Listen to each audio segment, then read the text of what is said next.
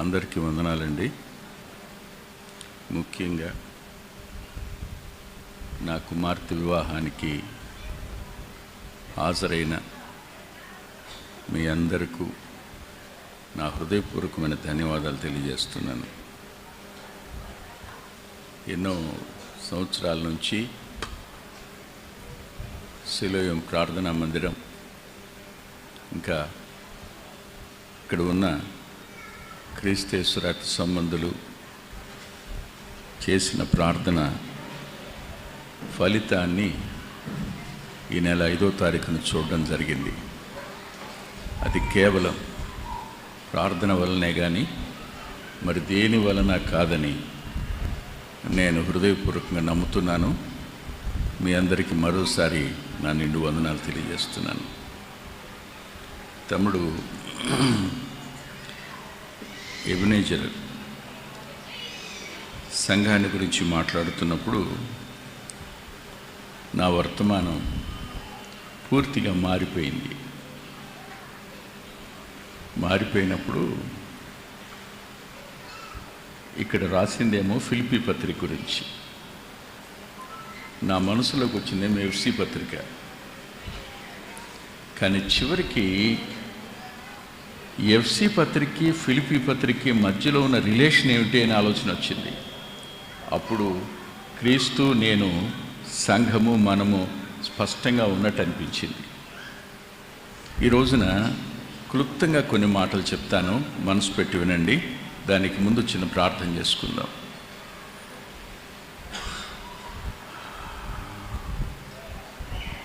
కృపగలిగిన మా తండ్రి, జాలి కలిగిన మా దేవా, మహిమగల మీ స్వరాన్ని మీ ప్రియకుమారుని ద్వారా వినిపించిన కొరకై కృతజ్ఞత చెల్లిస్తున్నాం. తమ్ముడు ముందు మాట్లాడిన మాటలు సంఘానికి ఉన్న 4 లక్షణాలు మీ ఆత్మచేత నింపి మీరు నడిపించినందుకై హృదయపూర్వకంగా మీకు ధన్యవాదాలు తెలియచేస్తూ, మీరు నమ్మదగిన వారని, మీ కార్యాలు ఆశ్చర్యాలని, మీరు నేటికి నీ పిల్లలను బలపరిచి వాడుకునే దేవుడని నిన్ను ఆరాధిస్తూ, మరోమారు మీ ప్రియకుమారుని గురించి స్పష్టంగా చెప్పడానికి నీ దాసునికి అవసరమైన తలంపులనిచ్చి మీరు మహిమ పొందుమని యేసుక్రీస్తు ప్రభువారి పేరట ప్రార్థిస్తున్నాం తండ్రి, ఆమేన్. అవును,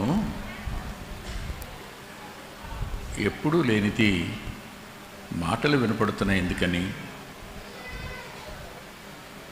ఈ మందిరంలో ఇంతకుముందు ఎప్పుడూ లేనిది ఈసారి చూస్తున్నాను. నేను మాట్లాడుతున్నారు, ఇంతకుముందు ఎప్పుడు చూడలేదు నేను. బయట ఉన్నవారు సహితం దయచేసి మాట్లాడకండి. ఒకసారి నేను ఓ సంఘటనను మీ ముందు ఉంచాలని ఆశపడుతున్నాను. వాక్యాన్ని వినేటప్పుడు మన వైఖరి ఎలా ఉండాలి? వైఖరి అంటే మనకు అర్థం కాకపోవచ్చు, ఎందుకంటే మనం తెలుగు మర్చిపోయి చాలా కాలం అయింది కాబట్టి. ఇంగ్లీష్లో చాలా బాగా అర్థమవుతుంది, యాటిట్యూడ్. ఇప్పుడు అర్థమైంది కదా ఏ వైఖరి. నేను మీ ముందు ఓ చిన్న విషయం పెడతాను. ఒక వేట కుక్క ఓ కుందేలును తరుముతుంది. ఓ వేట కుక్క కుందేలును తరిమింది.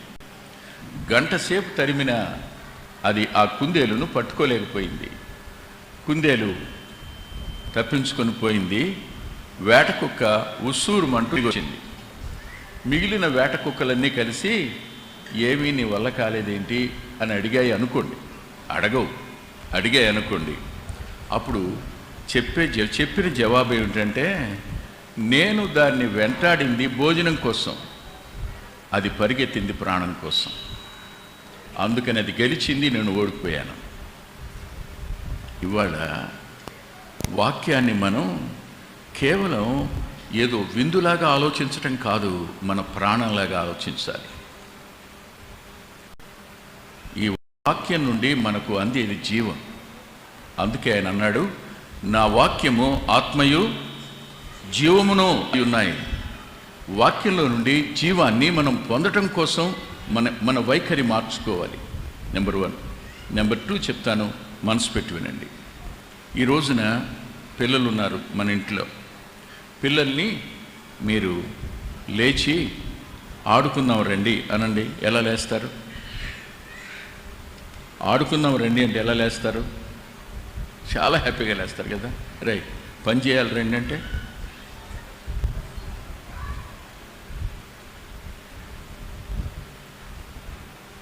గుర్తుపెట్టుకోండి, వాక్యాన్ని మనము ఏ వైఖరితో వింటున్నాం? ఉత్సాహంగానేనా, మనస్ఫూర్తిగానేనా, భారంగా తప్పదు గనుక అనే? అలా అయినప్పుడు మనం ఏమీ నేర్చుకోలేం, మనం ఏమాత్రం ప్రత్యక్షతను పొందనూలే. ఎఫ్సి పత్రికలో 6 అధ్యాయాలు ఉన్నాయి. ఈ 6 అధ్యాయాలలో ప్రభువుని గురించి 6 మాటలు చెప్పబడ్డాయి. ప్రతి అధ్యాయంలోనూ ప్రభు ఎవరో చెప్పబడింది. నేను తమ్ముడు చెప్తూ ఉండగా ఈ మాటలు నోట్ చేసుకున్నాను, నేను ధ్యానం చేయలే. అత్యల్పమైన దేవుని యొక్క కృప చొప్పున ఈ మాటలు మేము ముందు ఉంచుతున్నా. నెంబర్ 1 మీరు చూడండి, మొదటి మాట, మొదటి అధ్యాయం 27వ వచనం.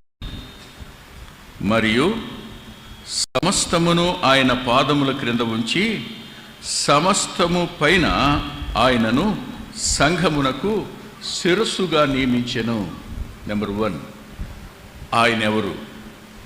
సంఘానికి శిరస్సు. సంఘానికి శిరస్సు. శిరస్సు అంటే మరి నువ్వెవరు? సంఘం ఏమిటి? శిరస్సుకు శరీరానికి ఉన్న సంబంధం ఏమిటి? మీరే ఆలోచించండి. శిరస్సుకు అంటే, శిరస్సు అంటే మళ్ళీ అది కూడా అర్థం కాదేమో, తలకాయకిని దేహానికి ఉన్న సంబంధం ఏమిటి? తల అధికారానికి సూచన, తల నియంత్రణకు సూచన. క్రీస్తు ప్రభు యొక్క అధికారం క్రింద ఆయన నియంత్రణ లేని సంఘం ఏదైనా అది మానవ సంబంధం మాత్రమే. అందుకే తమ్ముడు మాట్లాడుతూ ఇది ఫలానా మనిషికి చెందిన సంఘం అని ఎప్పుడు అనకూడదు. ఒక్కోసారి వచ్చి వెంకటరత్నం గారి చర్చి ఇదేనా అండి అని అంటారు. నాకు దుఃఖం వస్తుంది. ఎలా వచ్చేసింది లోకంలో?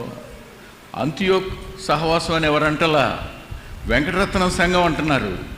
ఒక్కసారి ఒళ్ళంతా గరపొడిచినట్టు అయిపోద్ది. ఎవరిది సంఘం? ఎవరి శిరసత్వం? ప్రభు యొక్క శిరసత్వం. అపోస్తల కార్యాల గ్రంథంలో 2వ అధ్యాయంలో ఒక మాట ఇలా రాశాడు ఆయన. 2వ అధ్యాయం 36వ వచనం. మీరు సిలువ వేసిన ఈ యేసునే దేవుడు ప్రభువుగాను క్రీస్తుగాను నియమించెను.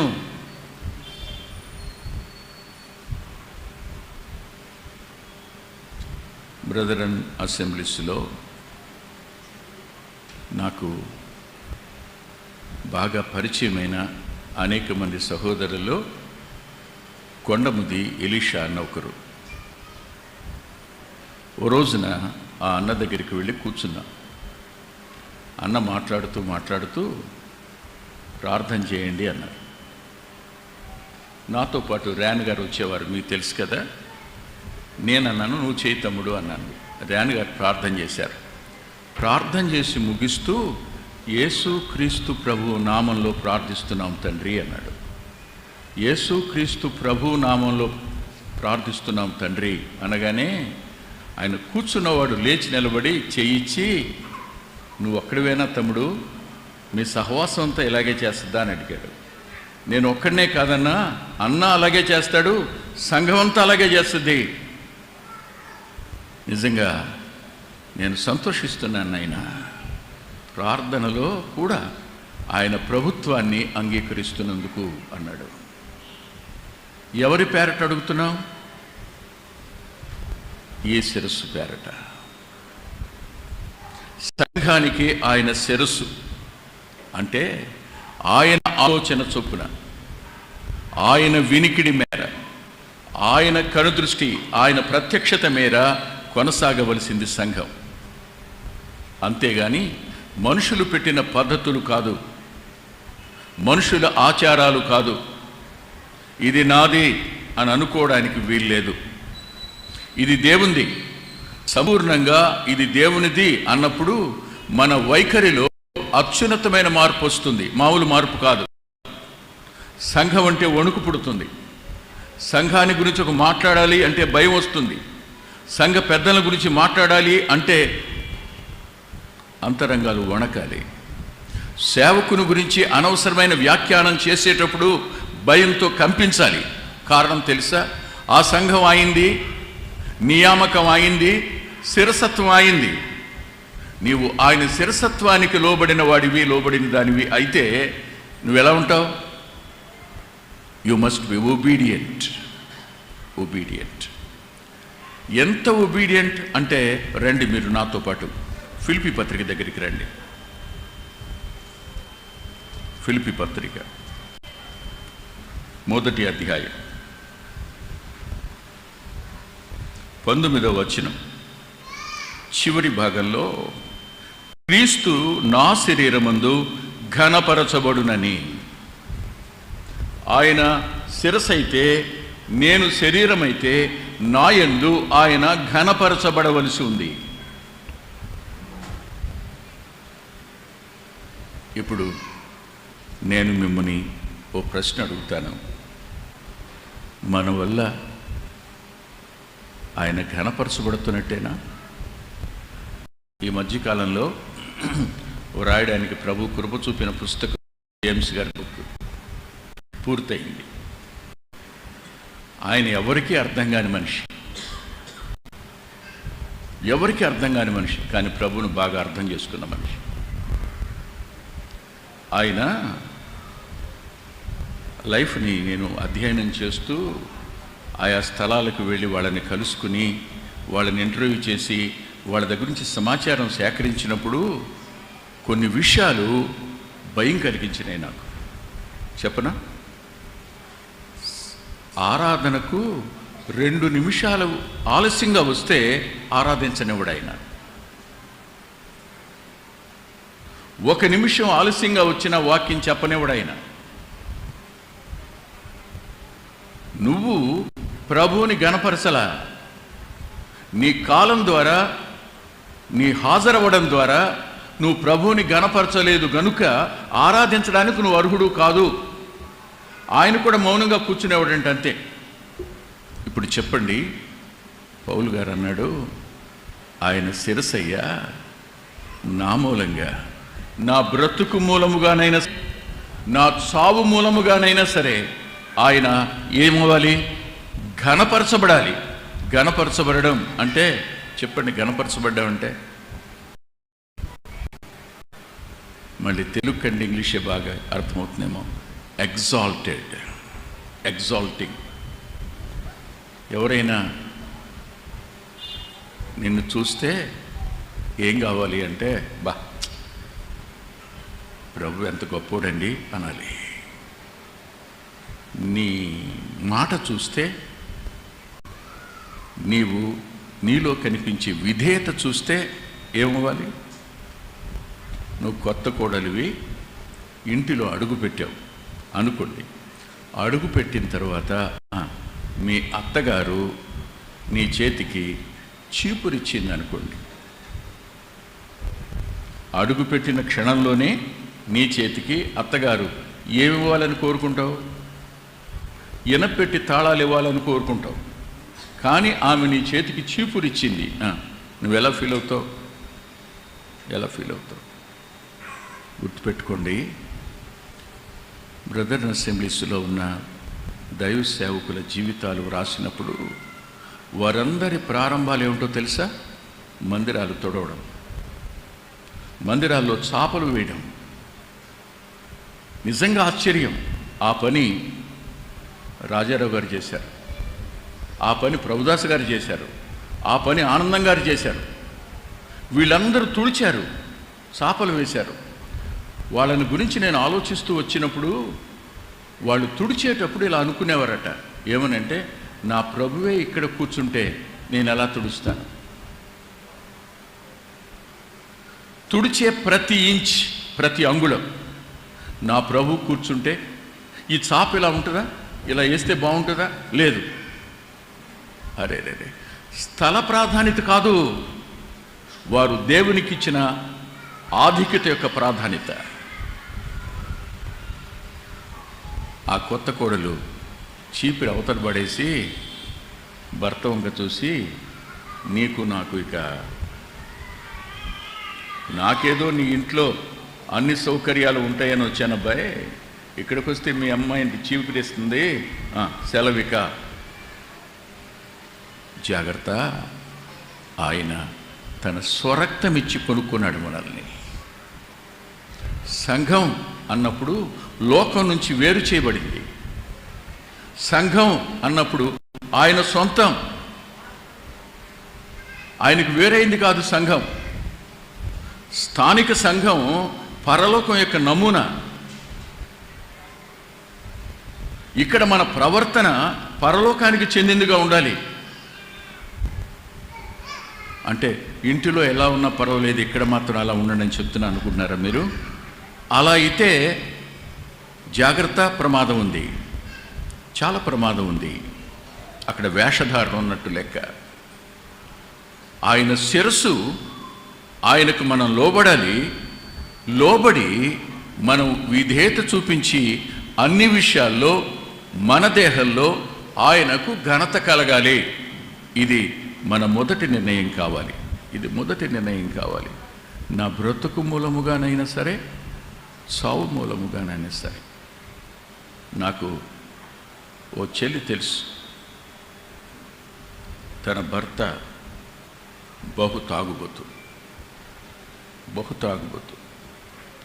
ఆమె రక్షించబడింది, అతి దీనురాలు. అతడు కొట్టని రోజు లేదు, అతను బాధ పెట్టని రోజు లేదు.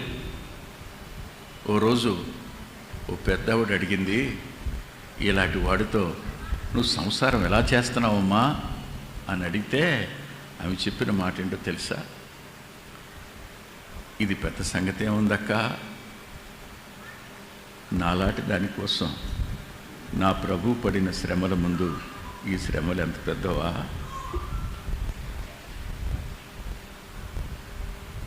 ఆలోచించండి. ఆ తర్వాత భర్త మారాడు, మారకుండా ఉంటాడా? జ్ఞాపకం పెట్టుకోండి, సంఘం శిరస్సు అయితే నీ దేహంలో ఆయన్ను నువ్వు ఘనపరచవలసిన బాధ్యత కలిగిన వాడివి, బాధ్యత కలదానివి. నెంబర్ 1. నెంబర్ 2, మళ్ళీ ఎఫ్సి పత్రిక దగ్గరికి వద్దాం. 2వ అధ్యాయం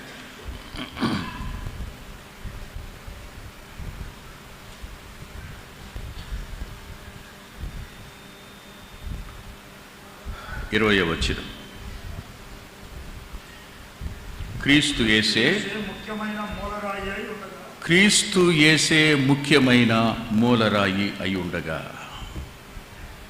సంఘం అనేది శరీరం అయితే ఆయన శిరస్సు. సంఘం అనేది ఏమన్నాడు? మందిరం అయితే, ఇల్లు అయితే, దెర్ ఇస్ ఎ స్ట్రక్చర్. కట్టబడాలి. కట్టబడడానికి ఏముండాలి? మూలరాయి ఉండాలి. There must be foundation stone. ఎవరైనా శిరస్సు మాత్రమే క్రీస్తు ప్రభువు కాదు, మన బ్రతుకుకు ఆధారం కూడా ఆయనే. మనం జీవించడానికి కారకుడు ఆయన, మన మనుగడకు కారకుడు ఆయన. ఆయన మీద మనం కట్టబడ్డాం, ఆయన మీద మనం కట్టబడ్డాం. ఆయన మీద కట్టబడకుండా ఆచారాల మీద కట్టబడేది ఏది నిలబడదు. ఆయన మీద కట్టబడకుండా కేవలం మనుషుని మీద కట్టబడింది నిలబడదు. ఆయన మీద కాకుండా లోక సంబంధమైన దేని మీద కట్టబడిన, ఆడంబరాల మీద కట్టబడిన అది నిలబడేది కానే కాదు, ఉండదది. కేవలం ఆయన మీద మాత్రమే. ఇంతకు ఈ రాయిని గురించి ప్రవక్త అయిన యెషయా రాస్తూ, అది పరిశోధించబడిన రాయి, అది నిషేధించబడిన తలకు మూలరాయి. Who is Jesus? ఏమండి, మహిమ కలిగిన దేవుడై ఉండి రక్తమాంసాల్లో పాలువాడై భూమి మీద జీవించినప్పుడు ఆయన ఎలాగూ పరీక్షించబడ్డాడో, ఎలాగూ పరిశోధించబడ్డాడో మన ఊహకు అందదు. కానీ ఆ సంగతిని హెబ్రీ గ్రంథకర్త రాస్తూ అద్భుతంగా ఇలా రాశాడు. చూడండి దయచేసి, హెబ్రీ పత్రికలో 4వ అధ్యాయంలో 15వ వచనం,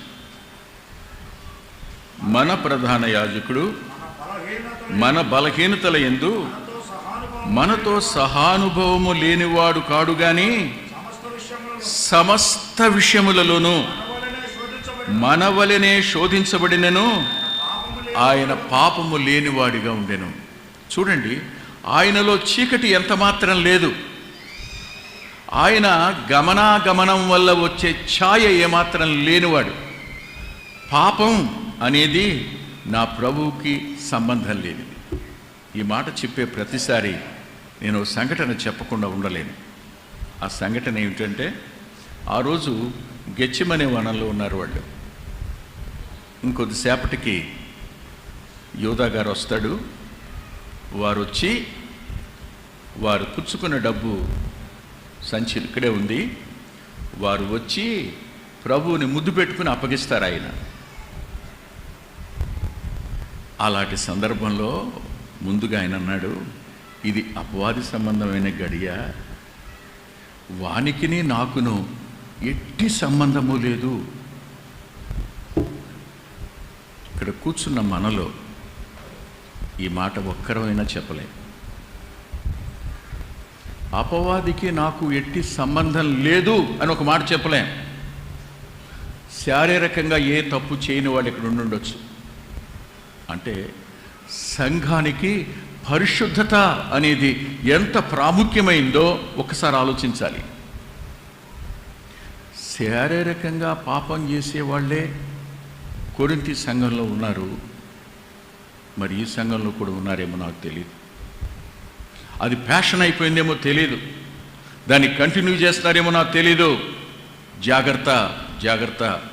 దేవుడు చూస్తూ ఊరుకోడు. ఆయన పరిశుద్ధతను ఆయన కోరుకుంటాడు. ఆయన పవిత్రత గలవాడు, పరిశుద్ధత గలవాడు. ఆయన నిర్దోషి, నిష్కళంకుడు. ఆయన పాపులలో చేరక ప్రత్యేకంగా ఉన్నవాడు. సంఘం కూడా ప్రత్యేకంగా ఉండాలని కోరుకునేవాడు. ఆ సంఘం అలా కట్టబడాలని ఆయన ఇష్టపడుతున్నాడు. సంఘం అంటే ఎవరో అనకండి, నువ్వు నేను, ఇద్దరు లేక ముగ్గురు. మనం దేని మీద కట్టబడుతున్నట్టు?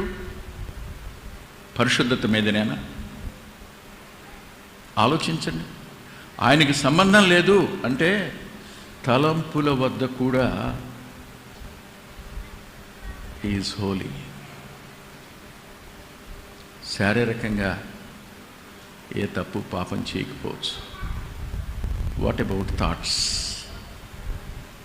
తలంపుల సంగతి ఏమిటి? ఆలోచన సంగతి ఏమిటి? అభిప్రాయాల సంగతి ఏమిటి? మనం చేయనుద్దేశించిన కుతంత్రాల సంగతి ఏమిటి చెప్పండి? ఓర్చుకోగలుగుతున్నామా? సహించగలుగుతున్నామా? ఒప్పుకోగలుగుతున్నామా? అంగీకరించగలుగుతున్నామా? సహకరించగలుగుతున్నామా? నో, లేదుగా. ఎవరితో ఏకీపిస్తున్నాం? వాడితో. మనం కట్టబడేది ఎవరి మీద? మూలరాయి అయిన ఆయన మీద. దానికోసం మళ్ళీ తిరిగి మీరు ఫిలిప్పీ పత్రిక దగ్గరికి రండి. ఫిలిప్పీ పత్రిక 2వ అధ్యాయం 17వ వచనం. మరియు దాని సంబంధమైన సేవనలోనూ నేను ప్రాణార్పణముగా పోయబడినను. చాలండి. నేను సంతోషించి ఆనందించి సంతోషిస్తాను అన్నాడు. ఇందాకేమో ఘనపరచబడాలి నా దేహంలో అన్నాడు. ఇప్పుడు అంటున్నాడు నేను పానీయార్పణంగా పోయబడిన సంతోషిస్తాను అంటున్నాడు. ఆ నిర్మాణ క్రమంలో, నిన్ను కట్టే క్రమంలో, ఒక అపోస్తలుడుగా, ఒక సంఘ పెద్దగా, ఓ సువార్తికుడుగా రక్షించబడడం కోసం వాడేది సువార్త. ఆ తరువాత కట్టేది అతడు టీచర్. అతను సంఘాన్ని ఆయన రూపంలో కట్టేవాడిని టీచర్ అంటాం. ఆ తరువాత ఆదరించేవాడిని ఉపదేశి అంటాం. ఇలా కట్టబడే క్రమంలో నేను ఏం కావాలి అనుకుంటున్నానంటే పానీయార్పణంగా పోయబడాలనుకుంటున్నాను. నేను నా దేహమందే కాదు, నేను ఇలా అంటానే, నా ప్రాణం ఆయన కోసం పానీయార్పణంగా ఒలుకుతున్నా.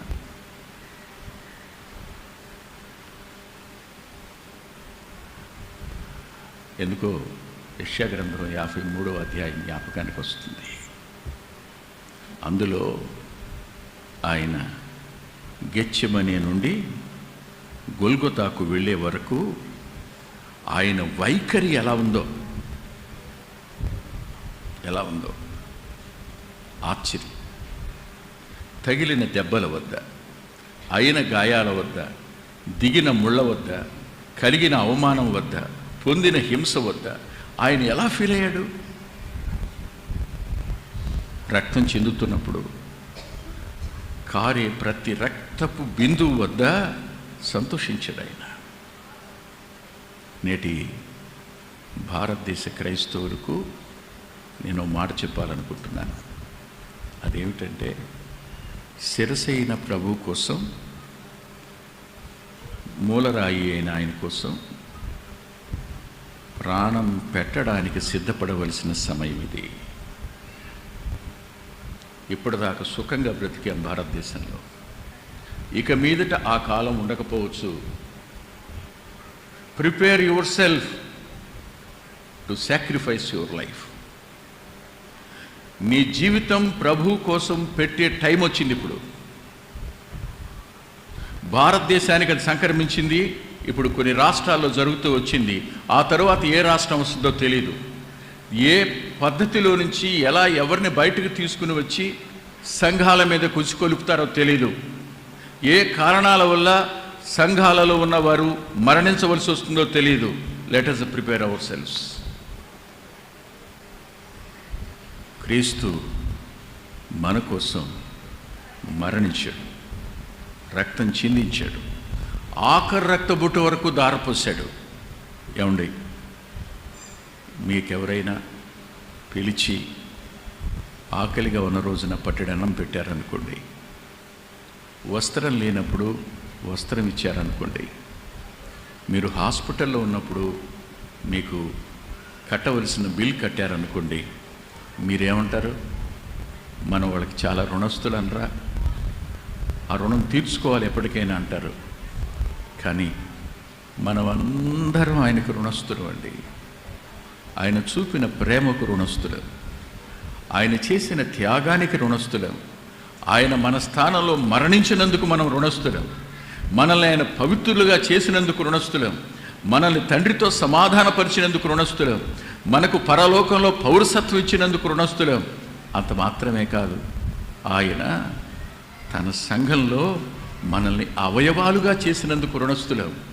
అంతేకాదు కానీ మనలనే ఆయన నివాస స్థలంగా చేసుకున్నందుకు మనం రుణస్థులం. రుణం ఎలా తీర్చుకోవాలి? ఎలా తీర్చుకోవాలి? క్రీస్తు ఎవరు? నేనెవరు? ఆయనెవరు? నేనెవరు? పౌల్ గారు దమస్కు మార్గంలో ఆయన చూశాక ఏమనుకున్నాడో తెలుసా మీకు? ఇక నేను నా కోసం బ్రతకూడదనుకున్నాడు. నా ఆలోచన ప్రకారం దమస్కులో అతడు ప్రభువుని చూశాక, ఆయన దేవుడనే సత్యం అర్థమయ్యాక, ఇప్పటి వరకు శత్రువుగా బతికిన నేను ఇక బ్రతికితే ఈయన కోసమే బ్రతకాలి అనుకున్నాడు. ఈ నిర్ణయం దగ్గరికి ఎప్పుడు వచ్చాం మనం? బ్రతికితే ప్రభువే, చావైతే నాకు లాభం అనే నిర్ణయం వద్దకు ఎప్పుడు వచ్చామో ఆలోచించండి. ఇంకా వచ్చామా? ఇంకా రాలేదే. అరే రే, బేతేలులో ఒంటరి వాడే ఉన్న యాకోబును ఆయన పరామర్శించి కనుపాపలాగా ఆవరించి భద్రపరిచి తన యొక్క ప్రత్యక్షతను అనుగ్రహించాడు. సంఘం యొక్క ప్రత్యక్షతను తనకి. అందుకనే ఇది ఈ స్థలం అంటాడు. ఇది ఇక్కడ ఆయన ఉన్నాడు అంటాడు. ఆయన ఉనికి ఉంది అంటాడు. భయపడి అనే పదం వెలుగొచ్చినప్పుడు ఆరాధించేవాడుగా మారాడు, తనకున్నదంతా పోసేయడానికి. మనకేముంది చెప్పండి? ఏముంది? ఆయన ఇచ్చిన దేహం ఉంది, ఆయన ఇచ్చిన ప్రాణం ఉంది. ఈ రెండింటినీ ఆయనకి ఇవ్వడం తప్ప ఇంకేం ఆయనకి ఇవ్వగలం మనం? చెప్పండి. ఏమిస్తే సరిపోతుంది చెప్పండి? నా దేహమందు నా బ్రతుకు మూలముగానైనా సరే, నా చావు మూలముగానైనా సరే నా ప్రభువు నేను గనుపరచాలి. తీసుకున్న మొదటి నిర్ణయం. రెండో నిర్ణయం, ఆయన మీద నేను కట్టబడ్డా. నా ఆధారం ఆయన. ఆయన భూమి మీదకి వచ్చి 33.5 సంవత్సరాలు పరిశోధించబడినవాడు, నిర్దోషిగా ఉన్నవాడు. ఆయన మనవలే శోధించబడిన అంటే నీకొచ్చిన శోధనలు నాకొచ్చిన శోధనలు వేరు, కానీ మనందరికీ వచ్చిన శోధనలన్నీ ఆయనకు వచ్చాయి.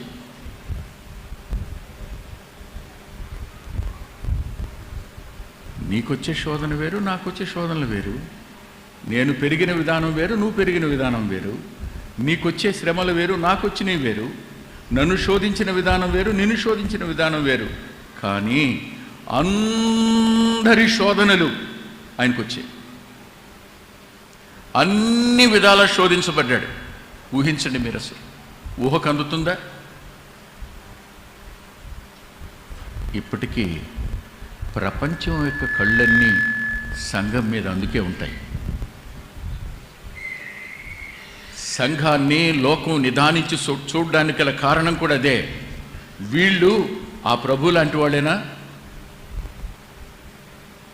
ఒకనొక దినాన్న ఒక పొలిటీషియన్ ఇలా అన్నాడు, sir I like Jesus but I hate Christians అన్నాడు. నిర్ఘాంతపోయాను. వై అన్నాను. సార్ ఆయనలాగా జీవించేవాడు ఒక్కడిని చూపించండి సార్ అన్నాడు.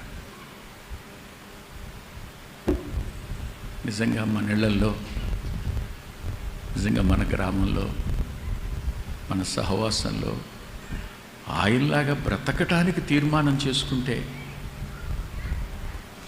ఆయన కొరకు మరణించడానికి తీర్మానం చేసుకుని ఉంటే, మనలో ప్రభువును వాడు చూసేవాడు కారా? మనలో ప్రభు ఎక్కడ కనపడుతున్నాడో చెప్పండి? ప్రభువుని ఎవరు చూస్తున్నారు చెప్పండి? ప్రభువుని ఎప్పుడు చూశారు చెప్పండి? నీలో కానీ నాలో కానీ ప్రభువుని పలానా వాళ్ళు చూశారు అని చెప్పగలిగిన ధైర్యం కానీ నిజాయితీ గల సాక్ష్యం కానీ ఉందా?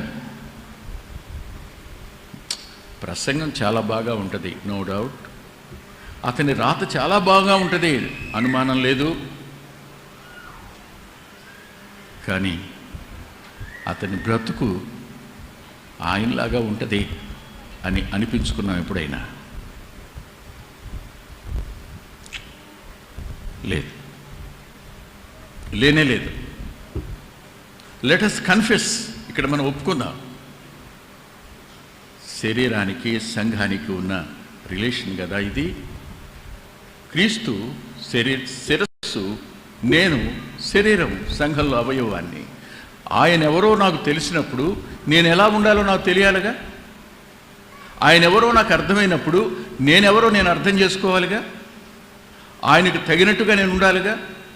I must be his identity, I must be his definition, I must be his essence కాదా?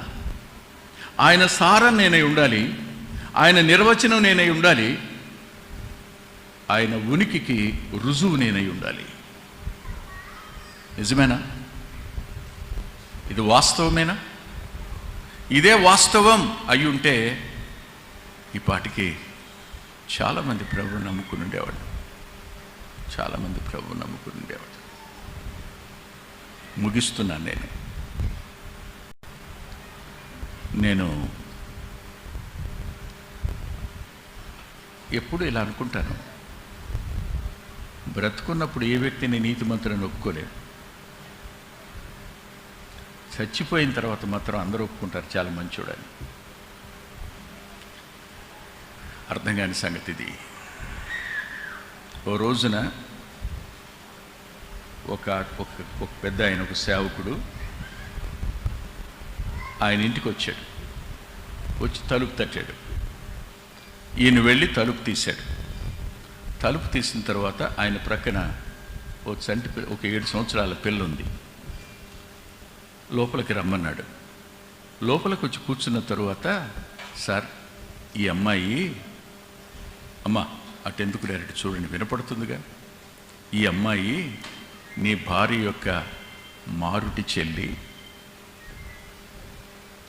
మీ భార్య తల్లి చనిపోయాక చాలా కాలానికి వీళ్ళ అమ్మని చేసుకున్నాడు మీ మామగారు.